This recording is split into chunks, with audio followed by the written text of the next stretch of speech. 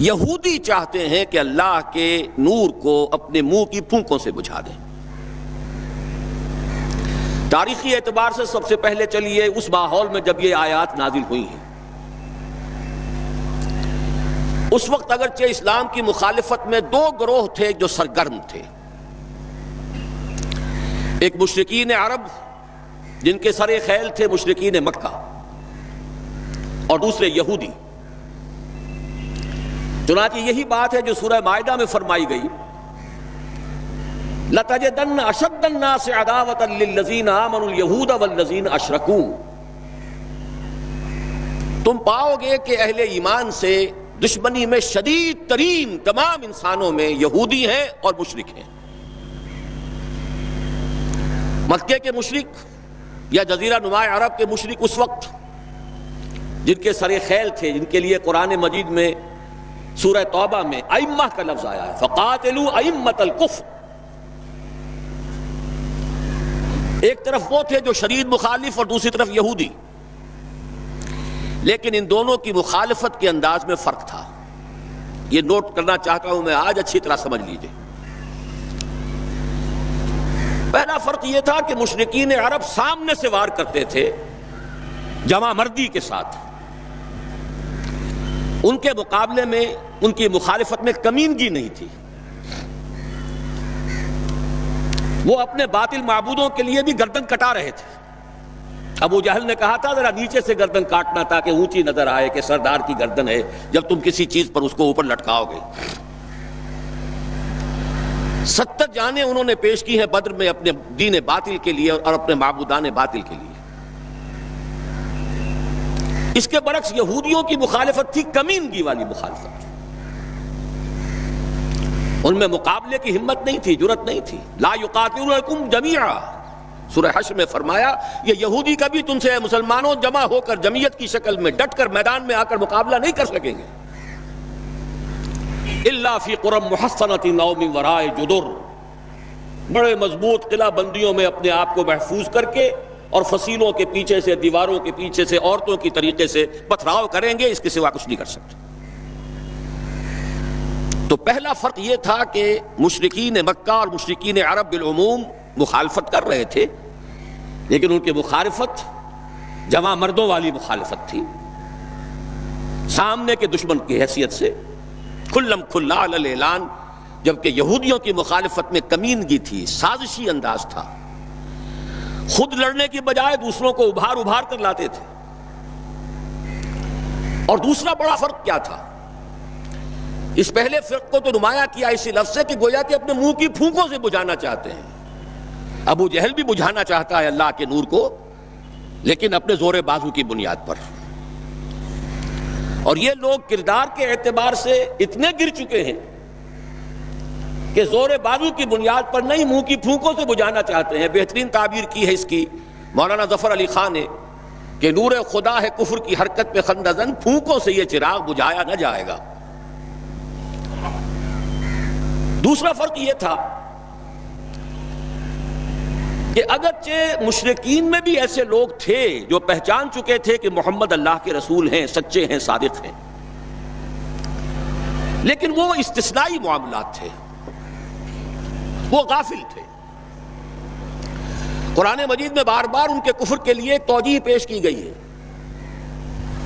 کہ ان کے پاس کوئی رسول آیا ہی نہیں، ان کے لیے رسالت اور نبوت بڑی ایک عجیب سی شے تھی، وہ چیزیں ان کے ذہن سے بالکل خارج ہو چکی تھی۔ لیکن یہود کا معاملہ اس کے برعکس تھا، وہ 100% پہچانتے تھے محمد رسول اللہ کو صلی اللہ علیہ وسلم، بالخصوص ان کے علماء، یعرفونہ کما یعرفون ابناءہم، پہچانتے ہیں اسے جیسے کہ اپنے بیٹوں کو پہچانتے ہیں، علی وجہ البصیرۃ، وہ کسی مغالطے میں نہیں تھے، پوری ڈٹائی کے ساتھ پہچانتے ہوئے۔ آپ کو تو معلوم ہے کہ حضور صلی اللہ علیہ وسلم کی جو نشانیاں ہیں ان کا تو معاملہ بہت آگے کی بات ہے۔ حضور کے ادنا رفقا کا معاملہ کیا تھا کہ حضرت عمر رضی اللہ تعالیٰ عنہ کے بارے میں پوری ان کی صفات ان کے ہاں موجود تھیں، اور عیسائی علماء نے ان کے ساتھ ٹیلی کر کے ہی حضرت عمر کو سامنے کھڑے ہو کے دیکھ کر اور پھر جو ہے یروشلم کا قبضہ دیا تھا کہ ہاں یہ وہی درویش بادشاہ ہے جس کا ذکر موجود ہے ہماری کتابوں میں کہ یروشلم اس کے ہاتھوں فتح ہوگا۔ تو یہ دو فرق ذہن میں رکھیے، یریدون لیطفئوا نور اللہ بافواہہم واللہ متم نورہ۔ دوسری بات جو سوچنے کی ہے اس آیت میں کہ نور اللہ سے مراد کیا ہے؟ اللہ کا نور ایک اعتبار سے ذہن منتقل ہوتا ہے قرآن حکیم کی طرف۔ نور اصل میں قرآن مجید میں ہدایت کے لیے بھی آتا ہے، تورات کے لیے آیا فیہا ہدی و نور، انجیل کے لیے آیا فیہ ہدی و نور، روشنی ہی سے انسان راستہ دیکھ سکتا ہے۔ الہدا قرآن حکیم، ہدایت کاملہ، اس کے لیے خاص طور پر لفظ آیا ہے۔ سورہ تغابن میں فرمایا فآمنوا باللہ ورسولہ والنور الذی انزلنا واللہ بما تعملون خبیر۔ ایک مفہوم تو یہ ممکن ہے قرآن مجید کے اس اصول کے تحت کہ القرآن یفسر بعضہ بعضا، ویسے یہ کہ اس کا عام مفہوم اسلام، ہدایت، جس معنی میں چاہے لے لے، لیکن میرا ذہن زیادہ جس چیز کو قبول کر رہا ہے وہ ایک ایسے شخص کی تعبیر ہے جو اگرچہ کوئی معروف عالم دین نہیں تھا، میں نہ عارف نہ مجدد نہ محدث نہ فقیہ، اقبال اپنے بارے میں صاف کہہ رہا ہے، میں نہ عارف نہ مجدد نہ محدث نہ فقیہ، لیکن واقعہ یہ ہے اور آپ کے علم میں ہوگا، میرا موقف یہ ہے اس دور میں قرآن مجید کا نور بصیرت اللہ تعالیٰ نے بڑے وافر پیمانے پر انہیں عطا کیا تھا۔ انہوں نے تعبیر کیا ہے اس نور کو نور توحید سے، چنانچہ یہ اتمام کا لفظ اس کے ساتھ واللہ متم نورہ، جواب شکوہ کے شعر میں کہ وقت فرصت ہے کہاں کام ابھی باقی ہے، نور توحید کا اتمام ابھی باقی ہے۔ واللہ متم نورہ ویابی اللہ الا ان یتم نورہ، یہ بھی نوٹ کر لیجئے، عربی زبان میں شدید تاکید کرنی ہو تو اس میں فاعل کی شکل میں لایا جاتا ہے، واللہ یتم نورہ بھی ہو سکتا تھا، نہیں واللہ متم نورہ، کر کے رہے گا۔ اور پھر اس کو منفی اسلوب میں بھی بیان کر دیا تھا کہ کوئی شک و شبہ نہ رہے، مثبت بھی آ گیا واللہ متم نورہ، اور منفی ویابی اللہ الا ان یتم نورہ، اللہ کو ہرگز منظور نہیں ہے مگر یہ کہ وہ اپنے نور کا اتمام فرمائے۔ وقت فرصت ہے کہاں کام ابھی باقی ہے، نور توحید کا اتمام ابھی باقی ہے۔ میں چونکہ یہاں اسی تعبیر کو اختیار کر رہا ہوں، اس کے اعتبار سے ایک سوال پیدا ہوتا ہے، کیا نور توحید کسی بھی اعتبار سے نامکمل تھا، ناقص تھا، جس کے اتمام اور تکمیل کی ضرورت تھی؟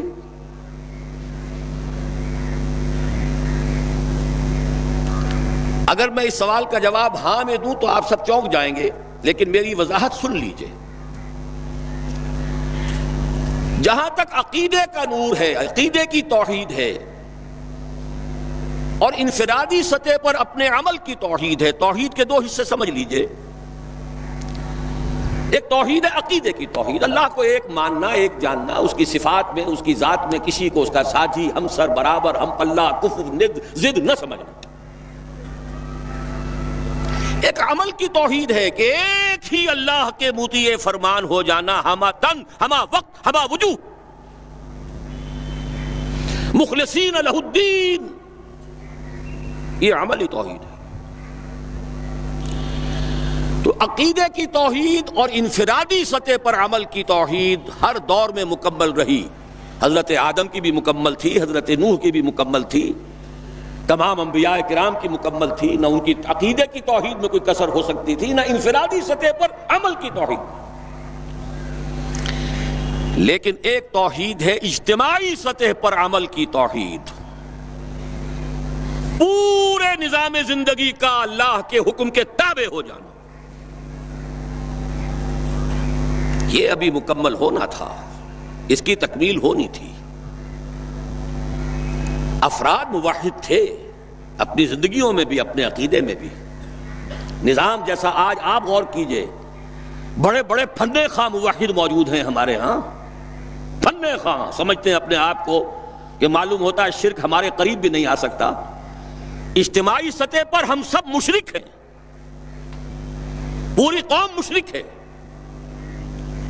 مشرکانہ نظام ہے. جب تک وہ یکون الدین کلہ للہ نہیں ہوتا یہ نظام مشرکانہ ہے، قانون اللہ کا نہیں ہے. آپ کی عدالتوں میں اللہ کے حکم کی کوئی حیثیت نہیں ہے، آپ کی منڈیوں میں اور بازاروں میں اللہ کا حکم نہیں چلتا ہے. معلوم یہ ہوا کہ ایک ہے اجتماعی توحید. کچھ مواقع ضرور آئے ہیں تاریخ انسانی میں جبکہ اجتماعی توحید بھی ہوئی، حکومت قائم ہوئی حضرت داؤد کی اور حضرت سلیمان کی، وہ اجتماعی توحید کی تھی. لیکن ایک بات نوٹ کر لیجئے گا، یہ میرا اصل میں کل کی تقریر کا موضوع ہے. یہ کام تاریخ انسانی میں صرف ایک مرتبہ ہوا ہے کہ ایک فرد واحد اپنی دعوت کا آغاز کرے اور تمام مراحل سے گزار کر اپنی اس دعوت اور تحریک کو اور توحید کامل تک معاشرے کو پہنچا دے. یہ اس سے پہلے کبھی نہیں ہوا. حضرت داؤد کو تو راہ چلتے حکومت مل گئی تھی، جنگ تو ہو رہی تھی حضرت طالوت اور جالوت کی. وہ تو ایک گڈریا اپنا گوپیا لے کر آ گیا ہے وقت پر اتفاقاً، اور اس گوپیے کی جو پتھر تھا وہ جالوت کے آنکھوں کے اس کی زرہ میں جو سوراخ تھا اس میں سے ہو کر اس کے بھیجے میں گزر گیا، مارا گیا، حکومت مل گئی. کیا حضرت داؤد ایک داعی کی حیثیت سے سامنے آئے تھے؟ کیا انہوں نے اپنی کوئی جماعت بنائی تھی؟ کیا ان مراحل سے گزرے تھے؟ قطعاً نہیں. صرف ایک مرتبہ ہوا ہے تاریخ انسانی میں، اور وہ محمد الرسول اللہ صلی اللہ علیہ وسلم. فرد واحد سے بات شروع کر کے یہ جو آتا ہے خطبات جمعہ میں آپ سنتے وحد اللہ، توحید باب تفعیل سے، اور اپنی توحید کو خالص کرو اور خالص کرو اور خالص کرو اور خالص کرو، شرک سے اسے ہر اعتبار سے پاک کر دو. یہ تو پوری زندگی کا لائف لانگ ایفرٹ ہے. آخری امتحان توحید کا جو لیا ہے ابراہیم کے رب نے. دیکھیں اس بوڑھے کے دل میں کہیں اپنے بیٹے کی، اکلوتے بیٹے کی محبت تو ہم سے زیادہ نہیں ہو گئی. کیسے کیسے امتحانات سے گزر چکا وہ بوڑھا، کیسے کیسے امتحانات. لیکن آخری امتحان دعائیں مانگ مانگ کر بیٹا لیا تھا. فلما بلغ معه السعی، اور جب اب ذرا ہاتھ بٹانے کے قابل ہوا، کہیں اس کی محبت ہماری محبت سے زائد تو نہیں ہو گئی. انی ارا فی المنام انی اذبحک فانظر ماذا تری. اسی لیے جو آتا ہے قرآن مجید میں بار بار حضرت ابراہیم کے لیے آخری سند کے الفاظ آتے ہیں وما کان من المشرکین، شرک کے ہر شائبے سے پاک. تو یہ توحید عملی اجتماعی سطح پر ہونی باقی تھی. اس کا تعلق ہے اگلی آیت سے. یہ کب ہوگی؟ هو الذی ارسل رسولہ بالہدی ودین الحق لیظہرہ علی الدین کلہ ولو کرہ المشرکون. اللہ نے اپنے ان آخری رسول کو محمد صلی اللہ علیہ وسلم کو تو بھیجا ہی ہے الہدا، وہ دین حق اور الہدا اور دین حق دے کر تاکہ غالب کریں. جب تک دین غالب نہیں توحید ناقص ہے. عقیدے کی توحید ہو سکتا ہے کہ ہو، انفرادی سطح پر بھی ہو سکتا ہے، ایک آدمی جہاں جہاں بھی اللہ کا حکم مان سکتا ہو مان رہا ہو، لیکن آخر وہ کسی قوم کا فرد ہے، کسی ریاست کا شہری ہے، کسی خاندان کا فرد ہے، چہار طرف سے جکڑا ہوا ہے رشتوں میں اور تعلقات میں. اس کی زندگی کے کتنے گوشے ہیں کہ جن کو ابھی وہ مشرکانہ نظام اپنی گرفت میں لیے ہوئے. یہ در حقیقت اسی وقت ہوگا جبکہ اللہ کا دین غالب ہو جائے. هو الذی ارسل رسولہ بالہدی ودین الحق لیظہرہ علی الدین کلہ ولو کرہ المشرکون. مشرک تو کبھی پسند نہیں کریں گے. یہاں ذرا شرک کو سمجھ لیجئے، یہ شرک صرف عقیدے کا نہیں. آج کا سب سے بڑا شرک کیا ہے؟ اللہ کا اللہ کو دو، ریاست کا ریاست کو دو. یہ سیکولر نظام ہے، یہاں پر جو ہے حاکمیت عوام چلے گی. جاؤ مسجدوں میں اللہ کا حکم نافذ کر لو.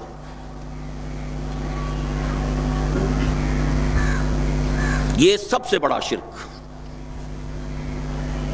کبھی گوارا نہیں کریں گے. وہ توحید ہو جائے، اللہ ہی کا حکم چلے، سب پر یکساں جاری ہو جائے، سب یکساں اللہ کے حکم کے تابع ہو جائیں.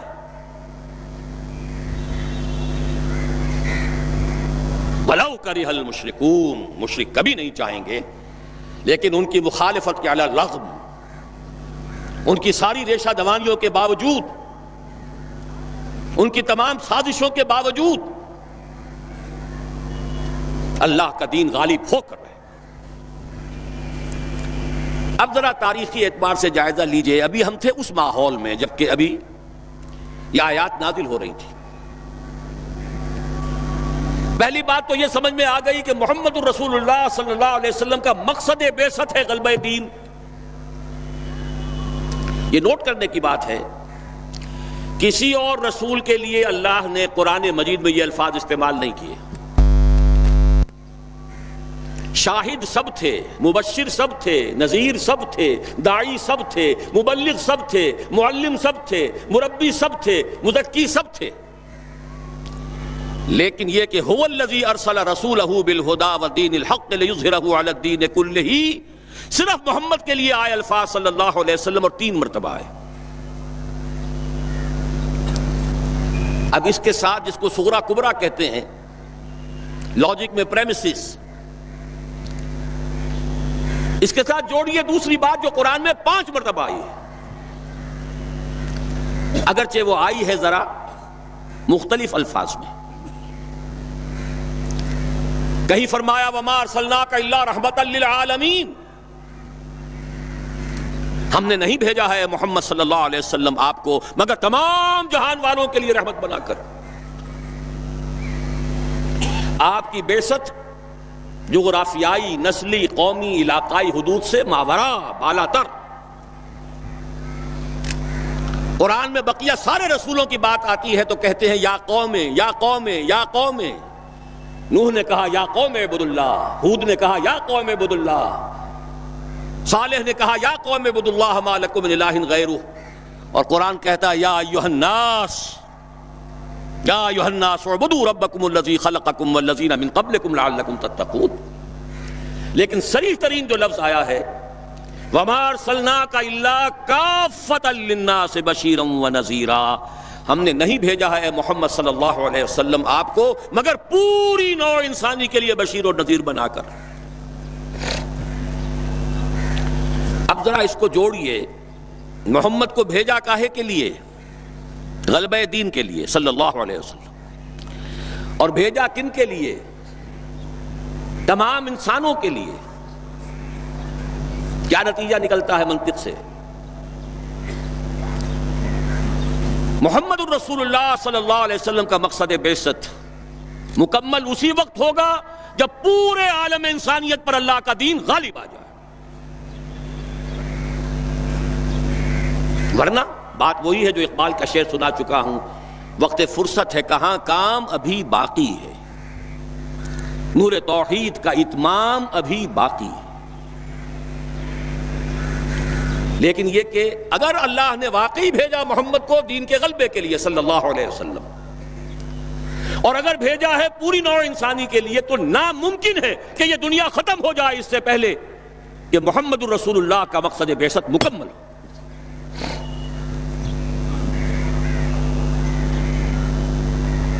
یہی بات ہے کہ جس کی خبر پیشن گوئی کے طور پر قرآن میں تو نصوص ہیں، لیکن ان سے نتیجہ نکالنا پڑے گا. منطق، حضور کو بھیجا پوری نوع انسانی کے لیے اور بھیجا غلبہ دین کے لیے، تو مقصد بعثت کی تکمیل اسی وقت ہوگی جبکہ کل عالم انسانی پر اللہ کا دین غالب آ جائے. اسی کے ساتھ اب ذرا یاد کیجئے سورہ نور کی آیت، جس کو اللہ کے فضل و کرم سے ہم نے کافی عام کیا ہے. ایک ہی بات ہے لیکن ذرا مختلف اسلوب میں آ رہی ہے. وعد اللہ الذین آمنوا منکم وعملوا الصالحات لیستخلفنہم فی الارض. وعد اللہ الذین آمنوا منکم، یہاں منکم پر ذرا زور دیجئے. کن سے خطاب ہو رہا ہے؟ مسلمانوں سے. لیکن ان مسلمانوں کے لیے دو کوالیفیکیشنز، دو پری کنڈیشنز.